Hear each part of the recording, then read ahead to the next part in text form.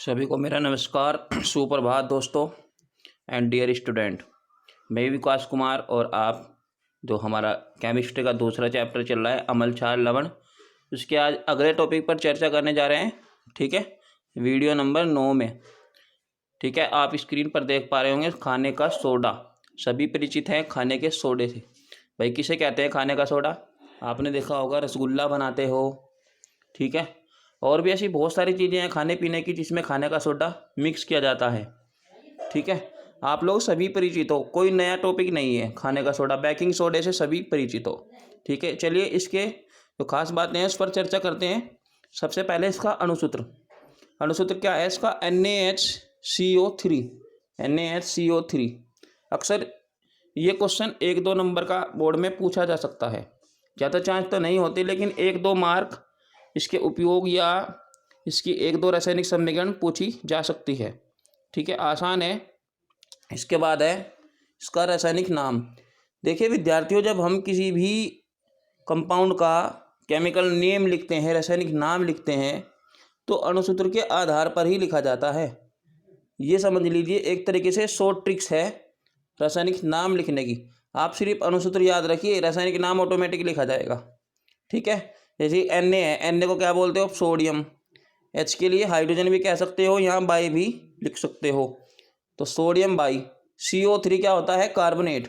तो ये क्या बन जाएगा इसका रासायनिक नाम? सिंपल सी बात है।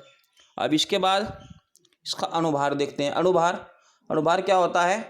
प्रत्येक तत्वों का, ठीक है, जो परमाणु भार होता है उन सभी को ऐड करना होता है, उन सभी को जोड़ना होता है। जैसे कि सोडियम का कितना होता है? 23 प्लस H का 1 प्लस कार्बन का 12, ठीक है, और प्लस O का 16, और 16 में किसकी गुणा होगी? 3 की गुणा होगी। इस तरीके से Na का कितना हुआ? 23 प्लस H का 1 प्लस कार्बन का 12 प्लस O का कितना हो गया? 16। 16 में 3 की गुणा कर देंगे तो 23 और 1 24, 24 और 12 कितने हो जाएंगे? 36, और 16 तिया 48। इन सभी को जब आप ऐड करोगे तो कितना आ जाएगा? 84 आ जाएगा।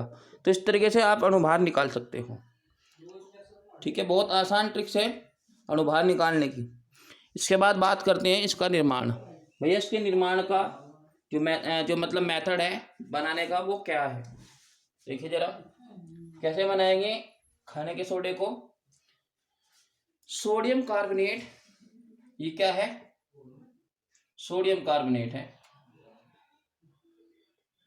यानी जब आप सोडियम कार्बोनेट के जलीय घोल में, ये क्या है? जलीय H2O है, तो इसको क्या कह देंगे आप? जलीय विलयन भी आप इसको कह सकते हो। तो सोडियम कार्बोनेट के जलीय विलयन में carbon dioxide gas, CO2 carbon dioxide है, गैस प्रवाहित करने से क्या बनेगा? खाने का सोडा बनता है, यानी कि सोडियम बाइकार्बोनेट बनता है। आप इसको यहाँ ये भी कह सकते हो।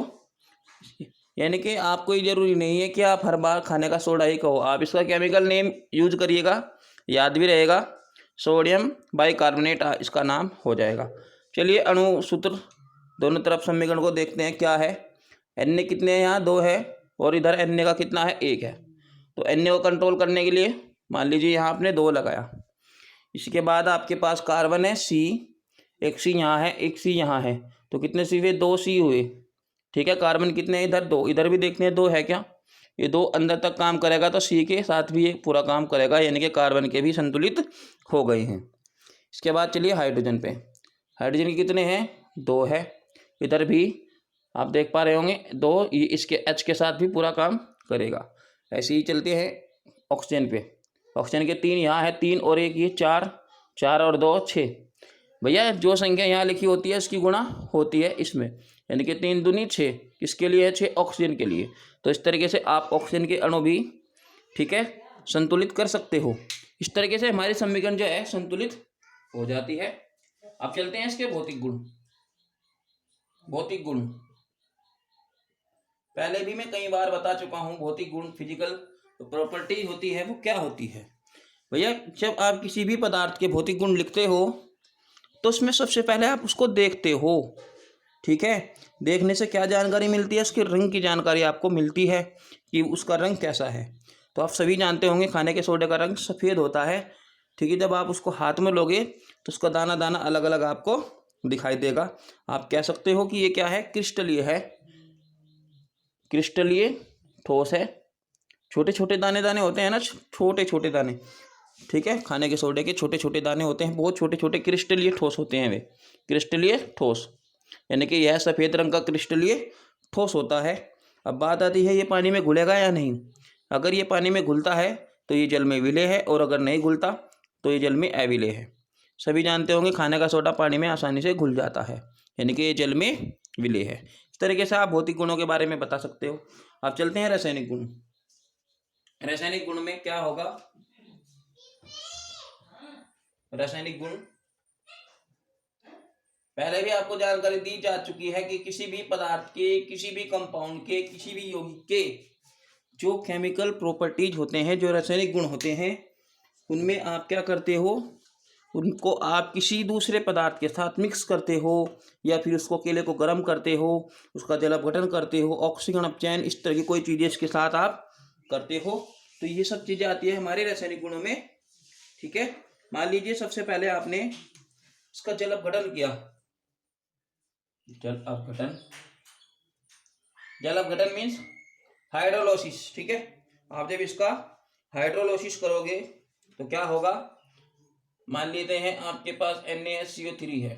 अब आप इसको जल अपघटित कर रहे हो, यानी कि आप इसको तोड़ रहे हो, इसमें पानी में जल अपघटन करेंगे तो यहाँ जल जोड़ना पड़ेगा ना, H2O।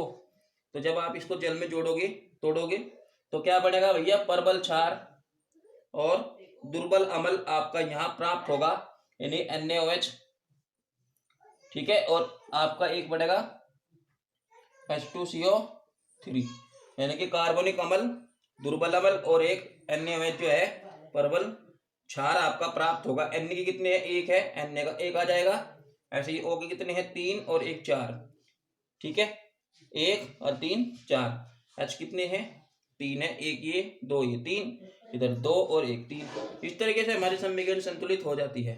आप ये देख रहे होंगे इसका मतलब क्या है, आना जाना, मतलब दोनों तरफ ऐसी अभिक्रिया जो दोनों तरफ से अभिक्रिया का वेग संतुलित करती है। कहने का मतलब जब आप इसको गर्म करोगे या ठंडा करोगे तो ये प्राप्त हो जाएगा, जब आप इसको करोगे तो ये प्राप्त हो जाएगा। ये दोनों एक दूसरे में चेंज हो सकते हैं। इसका मतलब ये है कि ये अभिक्रिया उत्क्रमणीय है, उत्क्रमणीय अभिक्रिया है, ठीक है। उत्क्रमणीय मतलब जिनका वेग दोनों तरफ से संतुलित हो सकता है, यानी कि जो दोनों तरफ चल सकती है, ऐसा निशान से ये पता चलता है। इसी तरह आप इसको किसी अम्ल के अंदर भी घोल सकते हो या किसी दूसरे पदार्थ में भी घोल सकते हो, तो ये आ जाते हैं हमारे रासायनिक गुण। इसके बाद चर्चा करते हैं इसकी उपयोग की।